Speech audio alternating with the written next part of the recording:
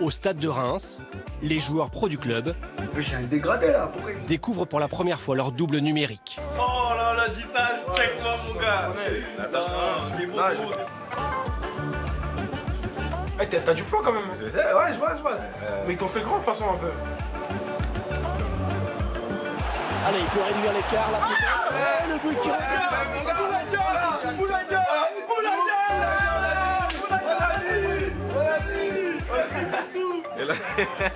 Et après, j'ai réussi mon match.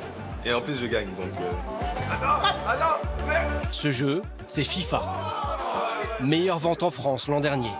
Et parmi les plus grands passionnés, les joueurs de foot eux-mêmes. C'est plus les têtes qu'on regarde. Comment le joueur il est fait, s'il est bien fait. Aux prémices, quelques pixels. Voici le même jeu, il y a 25 ans.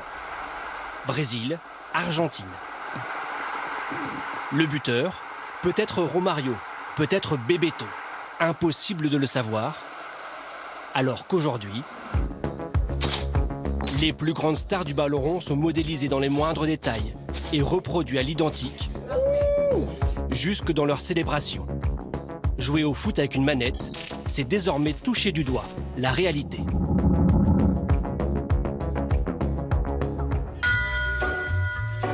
D'autres jeux vont encore plus loin. Watford, en banlieue de Londres. Sur le terrain en jaune, les espoirs du club. Un match, somme toute classique, scruté par un observateur particulier. Enfin, tu vois, j'ai un mètre stamina moyen. On voit que l'arrière droit, le numéro 2, il a un peu du mal au marquage. Il a un peu du mal dans ses positionnements, son jeu d'équipe.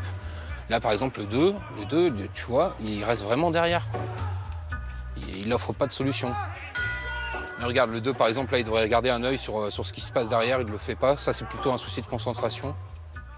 Benjamin travaille pour Football Manager, un jeu de stratégie. Le but, se mettre dans la peau des plus grands entraîneurs. Vous dirigez une équipe, faites la composition pour chaque match. Chaque joueur est donc fiché dans les moindres détails. Vitesse, puissance, agilité. Dans la tête de Benjamin, les stats se bousculent. Toutes les futures stars du foot sont détectées très jeunes par ces témoins de l'ombre. Le plus connu qu'on ait repéré, c'est Mbappé. Sa première grosse compétition internationale où vraiment il est arrivé, il nous a marqué des buts. Il avait déjà le truc qu'il a maintenant, en fait. Mais il l'avait déjà 2 ans avant. Les notes amassées au bord du terrain sont ensuite saisies au studio à Londres. D'habitude, personne ne rentre. Ici, on protège une base de données impressionnante de 400 000 joueurs. Dernier exemple en date, l'évaluation du fameux numéro 2, repéré à Watford. J'ai mis son niveau actuel, le potentiel auquel je pense. Pour moi, c'est pas un joueur qui m'a marqué. Même là, je suis peut-être encore un poil haut. Benjamin n'est ni entraîneur, ni ancien joueur de haut niveau. Juste un amateur éclairé. Comme 1000 autres passionnés dans le monde, il note au plus proche de la réalité. C'est tout le côté subjectif de la base.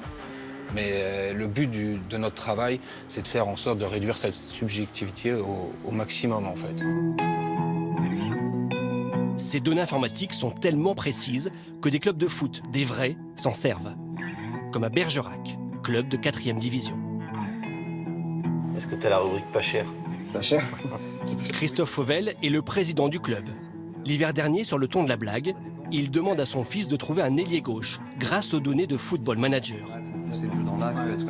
3 clics plus tard, il découvre Nicolas Maurice Bellet, ancien joueur professionnel. Voir par exemple un joueur qui va être libre dans un an, un poste qui peut t'intéresser, il le sera vraiment dans la vraie vie. D'accord. Donc c'est bien quoi. Et t'as la qualité. Au départ, j'ai pris ça pour une totale boutade, que mon fils fasse cette proposition-là. C'était pour moi une histoire de jeune. Il dit, bon, nous sommes un club amateur, donc nous n'avons pas encore, je le regrette, mais les capacités d'avoir une base de données propre. Eh bien, dans ces cas-là, on s'appuie sur ce type d'outils pour alimenter nos propres recruteurs qui, eux, ne sont pas virtuels, vont réellement sur le terrain voir ce qui se passe.